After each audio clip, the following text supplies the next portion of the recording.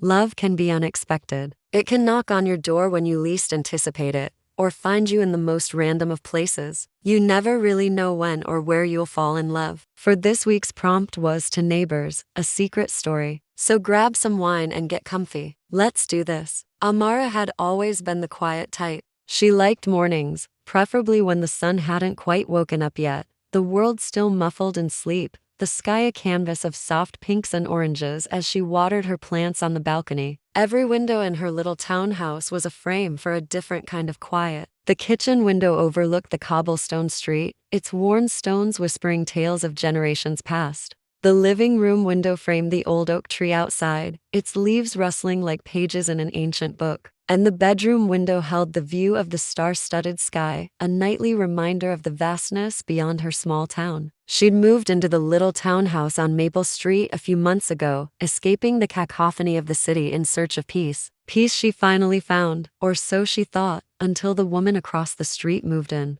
Amara had always been comfortable in the solitude of her own company, finding solace in the silence. But now there was a new sound that kept seeping into her quiet haven, a melody of laughter that spilled out of the open window across the street. Across the narrow street lived Eliza. Unlike Amara, Eliza was all brightness, always greeting everyone with a warm smile, always laughing, always carrying a certain lightness that drew people to her. But the sound that reached Amara wasn't just laughter. It was music, music full of life, full of joy. The first time Amara noticed it, she was reading a book on her balcony, sipping her tea. The music drifted through her open window, pulling her attention toward the source. That's when she saw Eliza, dancing in her doorway, bathed in the golden glow of the setting sun. Their first real conversation happened on a rainy afternoon. Amara was struggling to carry groceries while juggling an umbrella, and Eliza appeared out of nowhere, running across the street. "Here, let me help,"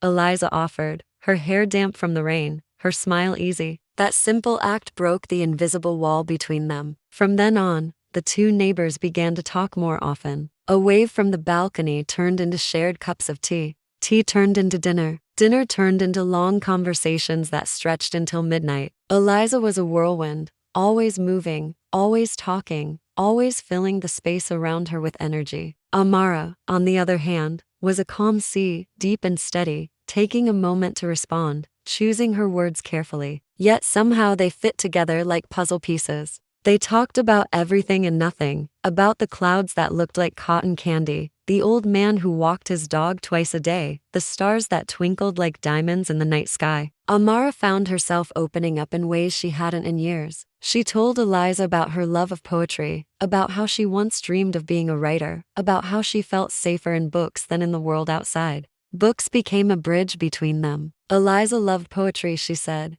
but she was terrible at expressing herself. So Amara read to her from her favorite book, her voice filling the quiet room. One day, Eliza asked if she could help Amara with something. Since moving in, she'd noticed that something troubled Amara, a shadow that crossed her friend's face unexpectedly. Amara would always quickly brush it aside with a joke or a change of subject. "I want to help you, Mara," she'd said, her tone serious. "If there's something wrong, please tell me." Amara hesitated. She had always been good at keeping secrets, her own and others, but she couldn't bring herself to keep anything from Eliza. So she led her to the bookshelf, her fingers tracing the spines of her favorite novels. "There are things I haven't told you," she admitted, her voice barely a whisper. "Things about myself." As the days passed, Amara started sharing more of herself, revealing the layers of her story. She told Eliza about her last relationship, a woman she loved deeply but who had left her, about the fear that had taken root in her heart,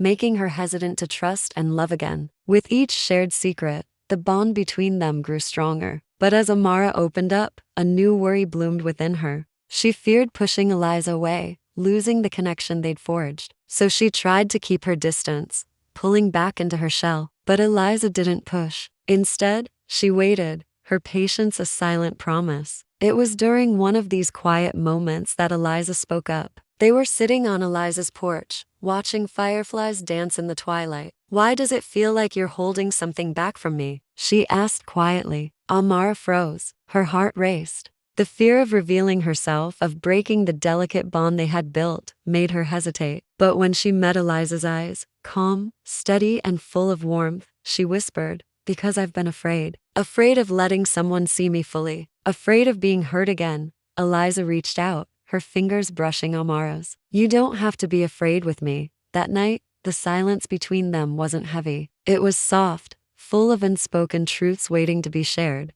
Days passed, and their friendship deepened into something neither dared to name. They cooked together, took late-night walks, and even painted the old fence between their houses one sunny afternoon, laughing when splashes of paint ended up on their clothes. Yet every touch, every glance lingered longer than it should have, heavy with something more. Then one evening, Amara invited Eliza over to watch an old movie. Midway through, the power went out, leaving them in near darkness. They rummed family to find candles, and when they returned, settling back on the couch, Eliza asked, "Do you ever feel like the universe has a sense of humor?" Amara looked at her, confused. "What do you mean?" "Well, look at us," Eliza said, gesturing to the flickering candlelight around them. "Stuck in the dark watching a movie we can't hear." Amara laughed softly. "Yeah, it does seem a bit dramatic, doesn't it?" But the laughter died in her throat when Eliza leaned closer. Their lips met softly at first, a gentle question, an unspoken confession. Amara melted into the touch, her hands finding Eliza's face, her heart singing a song it had forgotten how to play. When they pulled away, Eliza smiled and whispered,